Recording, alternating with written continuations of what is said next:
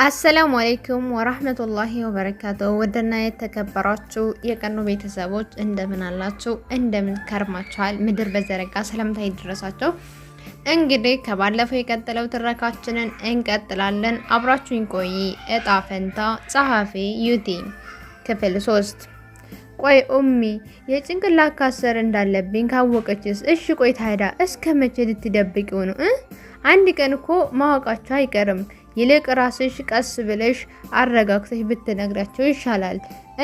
እኔም እኮ አስቤ ነበር፣ ግን ፈራሁ። በቃ አላውቅም። ምንም አቅም አጣው። እነሱ ፊት ደስተኛ የሆንኩ መስላለሁ፣ እውነታው ግን ከዛ የራቀ ነው። አብሽሪ የኔ ውድ፣ አንድ ቀን አልፎ እናወራለን ኢንሻአላህ። በይ እሺ በቃ ወደ ቤት ልሂድ። በዛ ላይ በጣም መሽቷል። ይሄኔ በር ላይ ቆመው እየጠበቁኝ ነው የሚሆነው። አባዬም ይጨነቃል። እሺ በቃ የኔ ውድ ነይ ልሸኝሽ። አረ ራሴ ሄዳለሁ ችግር የለውም ብላትም አልሰማለችኝ። እሷ እንዲህ ናት በቃ የኔዋ። ከክፍሏ ወተን ወደ ሳሎን ስንወርድ እናቷ ሳሎን ነበሩ። ሄጄ ስሚያቸው ለወጣ እንደሆነ ስነግራቸው ራካል በላሽ ብለው ያዙኝ። ቤት እንደሚጠብቁኝ ነግሬ አሳምኛቸው ተነስተን ልንሄድ ስንል እሺ ኡስማን ይሸኛችሁ አለችኝ። ያው ኡስማን ማለት የሰሙ 4 ዓመት ታላቅ ወንድሟም ነው። ሲበዛ ተጫዋች ነው። እሺ ብለን ለ3 ተያይዘን ወጣን። መንገድ ላይ ኡስማን እያሳቀን እየሄድን ቺፕስ ጋበዘን። ትንሽ እንደሄድን ሰሙ በቃ ተመለሺ አንቺ እኔ እደርሳለሁ አንቺ ግቢ አላት። አልሰማም ስትለው እንዴ ራህሙ እየሄድሽ ብሎ ወደ ኋላ አስቀራት። ምን እንዳወሩ ባላውቅም ዛሬ ሳይ ብር ሲሰጣትና ፈገግ ብላ ጠቅሰው እኔ ጋር ወጣ መታ ስማኝማ ሄደች። ሁለታችንም ብቻ ቀረን። በነገሬ ላይ ከኡስማን ጋር አብረን አንድ ትምህርት ቤት ነው የተማርነው እና 8 እያለን እሱ ጨርሶ ወጥቶ 11 ገብቶ ነበር። ራህሚ የማውቃት ነርሲ እያለ ነው። በእርግጥ እነሱ የሀብታም ልጆች ናቸው። ያኔኛም ጥሩ ሁኔታ ላይ ስለነበር እኔም የሀብታም ትምህርት ቤት ነበር የተማርኩት። ብቻ እሱ ሌላ ጊዜ ነግራችኋለሁ። ወሬሽን ይዛው ሄደች። እንዴ እኔ ታውቀኛለህ እኮ ዱዝ፣ እኔ ለማውራት አንተ ዝም ማለት አለብህ። ይሁን አሁን ለምን ሂጂ አልካት? ደግሞ ምን አርገህላት ነው እሺ ያስባልካት? ወሬ አለብሽ። እማዬ ሰውጣ እቃ በዛው እንዳመጣላት ነግራይ ነበር። የምን እቃ ምንድነው? ወሬሽን ትተሽ ተራመጂ ይሆንሽ ኮተት እያለ የጃኬቱን ኮፍያ አንጠልጥሎ ይዞት ይጎትት ጀመረ። በር ላይ ስንደርስ በይግቢ በርዶኛል ሄድ ሲጀመር ማን አደርሰኛለህ? ዱዝ መቼስ እንዳመሰግንህ አልጠበቅማ። ከአብዲ ማን ምስጋና ይጠብቃል ብለሽ ነው? እሺ የኔ አብሮ አበድ ትሄድልኝ? እሺ ሄዳለሁ፣ ግን ይሄን ውሰጂ። ምንድነው? ቸኮሌት? አዎ ደግሞ አይዞሽ፣ አሁን አንቺን የመግደል እቅድ ስለሌለኝ አትጠራጠሪ። መርዝ አልጨመርኩም። መርዝ ያስበላህ ደግሞ አታፈጥ። ለኔ እኮ ነው የገዛከው። አፈር አሁን ለሞራሌ እንኳን እንብላ ብትይዝ ለምን ገዝተህ ብላ ዱዝ ይብላይ ላንቺ። እኔማ ሱቄም የኔ ነው። እኔ ግን ለጋሽ አዘንኩ። እንዴት ማለት? እሳቸው ልጄ በደንብ ሰርቶ ስራዬን ያስፋፈልኛል እያሉ ሲጠብቁ አንተ ቸኮሌት እየሰረግ ታከስረዋለህ። አንቺ እኮ ኮተት ላንቺ ብዬ ባመጣ ጭራሽ ስድብ እና ቀይ ምንጣፍ አስነጥፊ አደባባይ ይዤ ላመስግንህ። እሱ ቀርጦ በወጉ በጎነንሽኝ። አሁን አታዝግ፣ በቃ ሂድ ቻው። እኔም ልግባ። ራህሚ ወይ ቀውስ ግን ደህና ነሻ? አዎ ደህና ነኝ። ምን ነው አልመስልም? የምትነግሪ ነገር የለም? ምን ይኖራል? እብድ መሆንህን አስቀድመ ታውቃለህ። ሌላ ምን እነግርካለሁ? በልቻው መልሱን ሳልጠብቅ ገባው። እንደሄደ ግን አውቄያለሁ። ወደ በር ሳይ ኡሚ ጋቢ ደርባ ኩርምት ብላ በር ላይ ተቀምጣለች። ሳያት በጣም ነበር የከፋኝ። የኔ ከርታታ እናት፣ የኔ አስከፋዋት ብላ እየተጨነቀች ይሆናል። ኡሚ ለምን እዚህ ተቀመጥሽ? መጣሽ? አይኔ ምን ነው እናቴ፣ በጭንቀት እኮ ልሞትብሽ ነበር ስልሽ እዚህ ተው ተቀይመሽኝ ነዋ የቆየሽው። እንዲህ ስትለኝ ራሴን መቆጣጠር አልቻልኩም። አቅፊያት አለቀስኩ። እሷም አቅፋኝ ዝም ብላኝ ጠበቀችኝ። ወደ ራሴ መለስ ብዬ ኡሚዬ አፉ በይኝ፣ ተቆጣሁሽ አይደል? እኔ አውፍ በኝ እናቴ፣ ከቀልቤም አልነበርኩም። አብሽሬ እኔ ረስቼዋለሁ፣ ነይ ግቢ ቅዝቃዜው ብላ የለበሰችውን ጋቢ ያለበሰችኝና ወደ ውስጥ ገባን። አባዬ ተኝቷል። አልሐምዱሊላህ። ኡሚ አባዬስ ደህና ነው? አዎ ደህና ነው። ቅርብ ሰዓት ነው እራት አብልቼው መድኃኒቱን የሰጠሁት። ካልመጣች አልበላም ብሎ በግድ ነው የበላው። ከዛ ተኛ። እኛም እራት በልተን ተኛን። ጠዋት ስነቃ ሁሉም ተነስቷል። ኡሚም ልጆቹን ከበር ሸኝታ ስትገባ መንቃቴን አይታ ተነሳሽ ልጄ? አዎ ኡሚ። ለምን አልቀሰቀሽኝም? አግዝሽ ነበርኩ። ምን ችግር አለው? በይ ተነሲ፣ ፊትሽን ታጠቢ እና ልብስ ቀይሬ ቁርስ ላቅርብ። እሺ ብዬ ልብሴን ቀይሬ ቁርስ በላና 4 ሰዓት ላይ ወጣን። ሆስፒታል ደረስን። ዶክተሩ ጠበቀን። ገባን። ቁጭ ብሎ ትናንት ስጠብቃችሁ ነበር። አዎ ይቅርታን አልመች ብሎን ነው ይህ ሆን። እሺ አቶ አክረም አስረድቶኛል። እሺ እንግዲህ ይህ ስላችሁ አዝናለሁ። ልጆት የጭንቅላት ካንሰር እንዳለበት ባደረግነው ምርመራ አረጋግጠናል። ያው ቶሎ ሕክምናውን ባለመጀመሯ አሁን መጨረሻ ደረጃ ላይ ደርሳለች። በዛ ቢባል ከ1 ዓመት ያነሰ ጊዜ ያላት ተናግሮ ሳይጨርስ ኡሚ ራሷን ስታ ወደቀች። በዛች ቅጽበት እኔ ደነገጥኩኝ። ከ1 ዓመት ያነሰ ጊዜ ነው ያላት ብሎ ከመናገሩ ኡሚ ደንግጣ ራሷን ሳተች። በዛ ድንጋጤ ከእንቅልፌ ነቃው። ሰውነቴ እየተንቀጠቀጠ ነው። ህልም መሆን ሳውቅ ጌታዬ አመሰገንኩኝ። የነገውን ነገር በጣም ነው ያስጨነቀኝ። አንድ ነገር ማድረግ እንዳለብኝ ወሰንኩኝ። ስልኩን ሳየው 1 ሰዓት ከ40 ይላል። እንዴት አልቀሰቀሱኝም ብዬ ሳሎን ሳይ ኡሚ ምሳቃ እያሰረችላቸው ነበረ። እስካሁን ስተኛ ዝም ትይኛለሽ ኡሚ? ሰነፍ ሆንኩልሽ እኮ። አቤት አቤት፣ እንደው ህርምሽን ዛሬ ብተኝ ሰነፍ ሆንኩት ያለሽ። አይ እማዬ፣ እኔ ስተኛ መች ያምርብኛል ብለሽ ነው? ታይ ልጄ ቢደላሽ፣ አንቺስ እንደ ጓደኞች ትኖሪ ያልነበር? አይ በፍጹም፣ እኔ ይህ ህይወት ተስማምቶኛል። በግድ ነው እንዴ? እንዲሁ ስንሳሳ ቁርስ በልተን እህቶችም ወደ ትምህርት ቤት ሄዱ። የበላንበትን አነሳስቻ ታጠብኩና ለአባዬ መድኃኒቱን ሰጥቼ ውጭ ፀሐይ ላይ ወጥቼ ተቀመጥኩኝ። ምን ማድረግ እንዳለብኝ እያሰብኩኝ ቆየሁና ስልኬን አውጥቼ ከቻለ ተገናኝተን የማወራውን ነገር እንዳለ አጠር ያለ መልእክት ለአክረም ላኩለት። ደቂቃም አልቆየ። ወዳውኑ እሺ ስንት ሰዓት ላይ ብሎ ላክልኝ። ከተመቸ ከዙሁር በፊት ቢሆን ብዬ ላኩለት። እንቤ እንዳይለኝ እየፈራው፣ እሱ ግን መልሱ እንደዛ አልነበረም። እሺ በቃ ችግር የለውም ብሎ ላክልኝ። ደስ ነበር ያለኝ። ቶሎ ቦታውን ነግሬው 5 ሰዓት ላይ እንደምንገናኝ ተነጋግረን ጨረስን። ግን ሳገኘው ምን እንደምለው አላውቅም። በቃ ለሱ እውነቱን ነግሬው የቻለውን ይህንን ነገር እንዲደብቅልኝ እለምነዋለሁ። ውጤቱንም እንደዛም ይህ ነው የምለው አለቀ። ሀይ ድረስ የለ የመገናኝበት ሰዓት ደረሰ። ሙሉ አባያና ከነሻርቦ አውጥቼ የለበስኩኝ። መስታወት ማየት አልወድም፣ ግን ዛሬ ራሴን አየሁት። ለካ ቀይ ነኝ። እንደ ነገሩ ለብሼ ቦርሳም ሳልይዝ ወጣሁና ለሆሚ ቶሎ እንደምመለስ ለብሼ ስለጨረስኩ እንደተመለስኩ እንደምንሄድ አሰመኛት። ሳታየኝ ከቦርሳዬ ያወጣሁትን 100 ብር ይዤ ሄድኩኝ። የሚገርመው ቦታው ላይ ቀድሞ ነበር የደረሰው።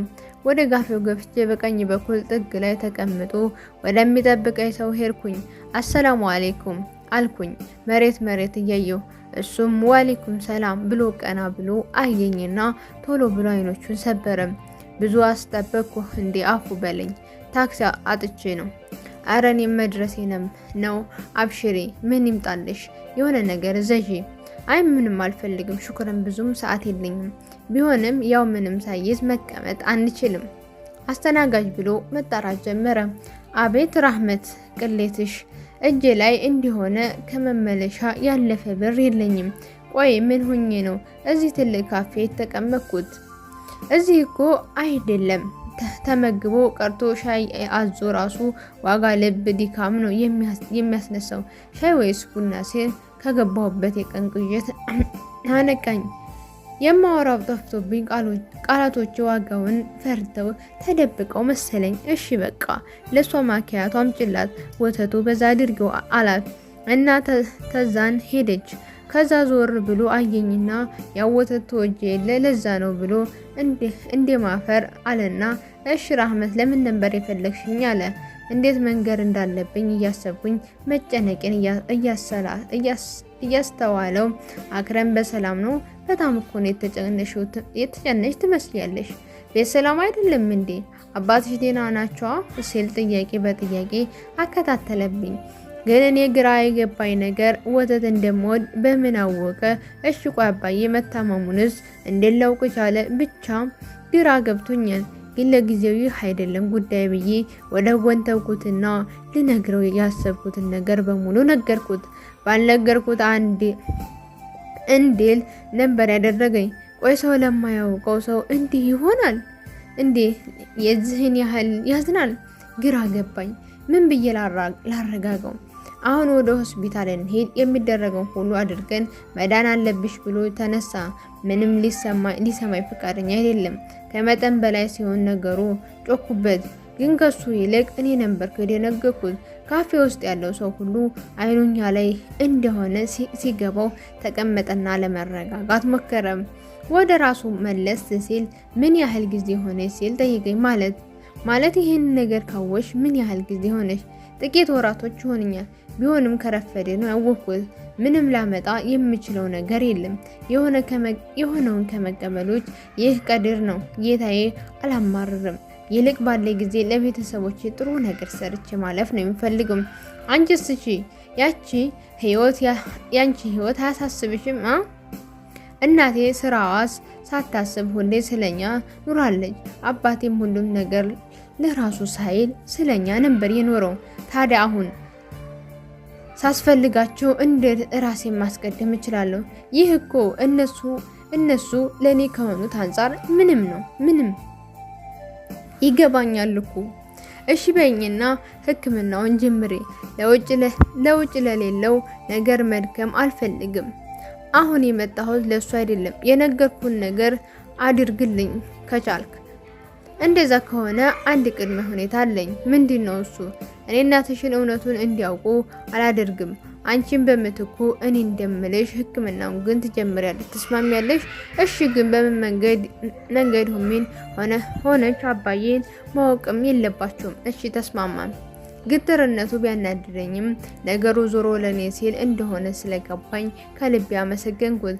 የመጣሁበት ጉዳይ ስለጨረስ ወደ ቤት ለመሄድ ተነሳው። በመሃል ስልኬ ጠራ። ሳየው ጓደኛዬ ስልክ ነው። በዚህ ሰዓት መደወሏ እየገረመኝ ስልኩን አነሳሁት። ግን ድምጿ የሷ አልነበረም፣ የወንድሟ ኡስማን እንጂ። ታዲያ ኡስማን በደነገጠና ግራ በተጋባ ሁኔታ የነገረኝ ነገር ጭራሽ አደነዘዘኝ። ማውራትም መራመድም አልቻልኩም። ሁኔታውን ያስደነገጠው አክረም ስልኩን ከጆሮዬ አንስቶ ራሱ ማናገር ጀመረ። እሱም ከኔ የተናነሰ ሁኔታ ላይ አልነበረም። እሺ አሁን እንመጣለን ብሎ ስልኩን ዘጋና መሄድ አለብን አለኝ። እኔ ግን አልቻልኩም። ሁኔታዬ ስላስተዋለ ፍቃዴንም ሳይጠይቅ እጄን ይዞ ይራመድ ጀመር። ለነገሩ የምቃወምበት አቅም የለኝም። ረዘም ላለ ደቂቃ ሲያሽከረክር ቆይቶ በመጨረሻ የሞት ሽረት ካለበት ቦታ ደረስን። የመኪናው ቀስ ብሎ ወረድኩኝ። በሱ መሪነት ከድንገተኛ ክፍል ደረስን። ከቦታው ጓደኛዬ ኡስማን እንዲሁም እናቴ አክረም የጓደኛዬ ሰሙናት ይዛ ታባብላታለች። ኡስማን ቆሟል። ሰሙ መሬት ላይ ተቀምጣ የደነዘዘች ትመስላለች። እኔም በዲኒ እየጎተኩኝ ወደ እነሱ ቀረብኩኝ። ያኔ ሰሙ አይታኝ ተነስታ ወደ እኔ መታ አቅፋኝ ታለቅስ ጀመር። ቅድም አልወጣ ያለ እንባዬ አሁን ያለ ምንም ከልካይ ይወርድ ጀመር። እህቴ መታ ተጠምጥማ ይዛኝ ታለቅስ ጀመር። በዚያ ሁኔታ እንዳለን የሰሙናት ተቆጥተው ዝም አስባሉን። ደቂቃዎች ተቆጠሩ። ዶክተሩ ከድንገተኛ ክፍል በደም የተጨማለቀ ጓንቱን እያወለቀ ወደኛ በመግረም የታካሚ ቤተሰቦች ሲል አክረምና ኡስማን ቀድመው ወደ ዶክተሩ ሄዱ። ዶክተሩ አሁን እንዴት ናት ሲል ኡስማን ጠይቀው፣ ዶክተሩ ማዝናለው ታካሚዋ አሳሳቢ ደረጃ ላይ ደርሳለች። ደሙን ማስቆም ችለናል። ሆኖም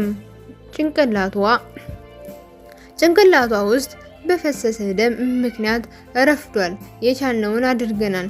አዝናለሁ። ከዚህ በኋላ የሷ ጥንካሬ ነው የሚወስነው። በፈጣሪ እርዳታ ብሎ ጥሎ ሄደ። ቀሉ መሆን አለበት አይደል? ንገሩኝ እንጂ እናቴ ምንም አትሆንም። አሁን ህልም ላይ ነኝ። ቀስቅሱኝ እንጂ እህቴ ህልም እኮ ነው። ለምን ታለቅሻለሽ? አሁን እነቃለሁ እያልኩኝ መጮህ ጀመርኩኝ። ሁሉም ደንግጠዋል። ከአፍንጫዬ ደም እየወረደ ነው። ጭንቅላቴ በኃይል እያመመኝ ነው። በዛ ላይ አይታይም፣ እየደከመ ነው። በቃ በድንገት ሁሉም ነገር ጸጥ ረጭ አለ። ረጅም ዝምታ። ከጥቂት ወራት በኋላ እውነት ነው ሁሉም ነገር አይደለም። ማን ነው ያታለለኝ? ህይወት ወይስ ሞት? እኔ መሆን ያለብኝ ቦታ አይደለሁም። እሷም እንደዛ። አይ ያ ክፉ ዶክተር ነው ያታለለኝ። የሁል ጊዜ ጥያቄ ነው። ራሴን ላስተዋውቅ፣ ራህመት እባላለሁ። አይገርምም? አብዳለች ብለው ሆስፒታል አስገብተውኛል። እብዶች እናትሽ ሞታለች፣ እውነቱን ተቀበይ ይላሉ። የኔ እናት አለች። ዶክተር አልወድም፣ ውሸታሞች ናችሁ፣ የሚወደውን ትሞታለህ እያሉ አስፈርተው በህይወት ያለውን ይገላሉ። ማነው አዳኝ ያረጋቸው? ገዳዮች ናቸው። ሰሙ ነኝ፣ የራህመት ጓደኛ። የዚህ ሁሉ ነገር መንስኤ ጅማረው እኔ ነኝ። የጓደኛዬን እናት የገደልኩት፣ ጓደኛዬን ያሳበርኩት፣ ቤተሰቡን የበተንኩት እኔ ነኝ። ለዚህ ጥፋቴ ወይ ስህተቴ ቅጣቴ ምን እንደሆነ አላውቅም። የጓደኛዬ ህይወት የቀማ ሰው ቅጣቱ ምንድን ነው? ምን አለ ያን ቀን ምንም ባላልኩም የሆነ መቀየር ብችል ደስ ባለኝ። ከወራት በፊት ምን ተፈጠረ? እስኪ እንመለስ። ያኔ እኔ ነበርኩኝ። ሰሙ ነኝ፣ የራህመት ጓደኛ። ራህመት የተፈጠረውን ከነገረች በኋላ ውስጤ ሰላም አልተሰማኝም። ስለዚህ ወደ ሆስፒታል አብሬያት ለመሄድ ወሰንኩኝ። በጠዋት ነበር የተነሳሁት። ልብስ ቀያየሬ ቁርስ በልቼ ለእማ ራህመት ጋር እንዲሆንኩኝ ነግሬያት ሄድኩኝ። ቤታቸው ስደርስ የራህመትና ወይዘሮ ረምዚያ ናቸው ያሉት። እስላማዊ ሰላምታ አቅርቤ ወደ ውስጥ ገባም። ወይዘሮ ረምዚያ በጣም የሚወዱኝ፣ ከልጃቸው ለይተው አይተውኝ አያውቁም። እንዴት ነሽ ልጄ? ደህና ነሽ? እማ ራህመት የለችም እንዴ? አዎ ቶሎ መጣለሁ ብላ ልብስ ቀይራ ቅርብ ሰዓት ነው የወጣችው። ምን ነው? እኔ እኮ አንቺ ጋር ይሆናል ብዬ ነበር። አይማ እኔ ጋር አይደለችም።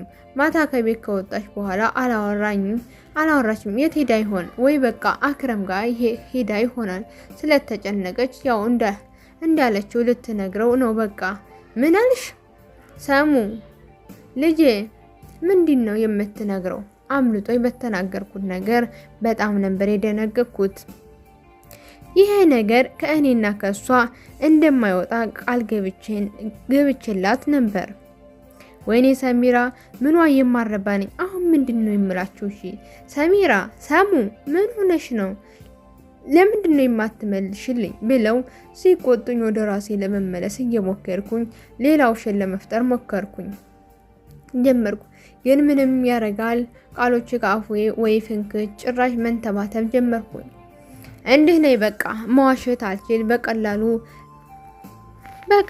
እያዛለሁ። በጣም ሲያፋጥጡኝ እንደመለማመጥ ገባኝ። በህይወቴ ጭንቀት አልወድም። በቃ ሰሙ ካስጨነቀኝ በሆዴ ያስኩት ሁሉ መቀባጠር እጀምራለሁ። ይህን ጸባይን ስለምታውቅ ራህሙ ለኔ ሚስጥር የተባለ ነገር መንገር ትፈራለች። ሆኖም ግን ምንም ቢፈጠር ፈጥና መታ የምትነግረው ለኔ ነው ከማንም በፊት። ወይዘሮ ረምዚያ መቼም ሳልነግራቸው አይለቁኝም። ስለዚህ ሁሉንም ነገር ነግሬያቸው ተናግሬ እንደጨረስኩኝ ተንፈስ አልኩ። በረጅሙ ተንፍሼ ወደ ወይዘሮ ረምዚያ ተመለከትኩ። የፊት ገጽታቸው በደቂቃ ውስጥ ተቀየረ። ከዓይናቸውን ባኩልል ብሎ እየወረደ ሻርባቸውን ያርሰው ጀመር። በቃ ለመጨረሻ ጊዜ ከእሳቸው አፍ የሰማሁት ቃል ቢኖር ወይኔ ልጅን የሚል ነበር። በዛ ሰዓት ወደቁብኝ። ታዲያ በወደቁብኝ ጊዜ በጭንቅላታቸው ምን እንደመታቸው በሰዓቱ አላስታውስም። ግን በቃ በወደቁበት በዛው ጸጥ አሉ። ደንግጬ መጮህ ጀመርኩ። የሰፈር ሰዎች ተሰበሰቡ። በቃ ሬሳ አንስተው ይዘዋት መውጣት ጀመሩ። ያኔ ራህመት እህት ኢኪማ ከትምህርት ቤት ተመልሳ እየመጣች ነበር። ከቆየ በኋላ ነው ያወኩት እነሱ ጋር ስብሰባ ስለነበር ትምህርት አልነበረም። ለዛ ነበር ተመልሳ የመጣችው። ለወንድሜ ደውዬ የሆነውን ነገር ነገርኩት። እማዬን ይዟት መጣ። አባዬና ሰራተኛችሁ የራህመት አባት ጋር ሄደው እዛው አካባቢ ያለ ሆስፒታል ነበር የሄድነው። እነሱ ወደ ሌላ ቦታ ላኩን። በአምቡላንስ ይዘዋት ሄዱ። እኔ አብሬያት ነበርኩኝ። አማና ወንድሜ ከኋላ መኪና እየተከተሉን ነበረ። ደረስን። ድንገተኛ ክፍል አስገቧት። ያኔ ለራህመት ደወልኩኝ። ግን በዚህ ሁኔታ አታናግራትም፣ እኔ ቀስ ብዬ ላናግራት ብሎ ከእጄ ወሰድና አናግሮ ጨርሶ ተመልሶ መጥቶ እኛ ጋር ተቀመጠ። ከማዘር ጋር ካልመጣው ብላ ስላስቸገረችኝ የራህመት እህት ኢኪማ አብራን ነበረች። እነ ራህሜም ቶሎ መጡ። በጣም እንደደነገጠች ያስታውቃል። በቃ ምንም አታወራም ነበር። ዶክተሩ ወይዘሮ ረምዚያ ሁኔታ ነግሮን ከሄደ በኋላ እንዳበደ ሰው ነበር የሆነችው። ከአፍንጫዋ ደም እየፈሰሰ ነበር። በዛ ላይ ራሷን ሳተች። በድንጋጤ ኮማ ውስጥ ገባች። ትነቃለች እያልን ጠብቀን 2 ወር ሙሉ ግን አልነቃችም ነበር። በዛ የገፋ ወይዘሮ ረምዚያ በማግስቱ አረፉ። እሳቸው ከመሞታቸው በ2 ሳምንት አባትየው የተፈጠረውን መቋቋም ባለመቻላቸው መድኃኒትን መውሰድ ስላቆሙ ድንገት አንድ ቀን ጠዋት ሞተው ተገኙ። ሁሉም ነገር ከባድ ነበረ። በዛ ላይ የሚከብደው ይህንን ሁሉ እንዴት አድርገን ነው ስትነቃ ለራህመት የምንነግራት የሚለው ነው። ከሰፈር ሰዎችና እኛ ከምናውቃቸው ውጭ አንድም ዘመድ ነን ባይ የመጣን ነበረም። ሁሉም ነገር አክረም ነበር የሸፈነው። አባዬ ላግዘው ቢልም ፍቃደኛ አልሆነም። የሆስፒታሉን ወጪ እሱ ነው የከፈለው። ብዙ ጊዜ ሆስፒታል የሚሆነውም እሱ ነው። ታዲያ ህይወት ለነ ራህሚ ቤተሰብ ከባድ ሆና እናታቸውም አባታቸውንም ያጡ 2 እህቶች ስለነሱ ማሰብ በራሱ ልብ ያደማል። አላችሁ የምትላቸው እህቶቿም ራሷን አታውቅም። እነሱም መሆን አይደለም ለደቂቃ በራሴ ቦታ አድርጌ ማሰብ በራሱ ለኔ ትልቅ ስብራት ነው። ሁለቱም እኔም ሆነ ቤተሰቡ ማየት አይፈልጉም። የተፈጠረውን ሁሉ በኔ የተነሳ እንደሆነ ስላመኑ ከ2 የሰቀቀን ወራት በኋላ ነቃች። እንደ ነቃች መጀመሪያ ጠየቀችው እናቷን ነበረ። ግን ከየት እናምጣት? ብዙ ውሸት እየነገርን 4 ቀን አቆየናት። ብዙም ውሸት እየነገርናት 4 ቀን ካቆየናት በኋላ በ4ኛው ቀን ከሆስፒታል መውጣት እንደምትችል ተነገረን። እዚህ ጋር ነበር ችግሩ። እንዴት ነው ወደ ቤት የምትሄደው? እዛ ቤት የምትወዳት እናቷ የምትሳሳላት አባቷ የሌሉበት ቤት። ኢንሻአላህ ክፍል 4 ይቀጥላል። ወሰላሙ አለይኩም ወራህመቱላሂ ወበረካቱ።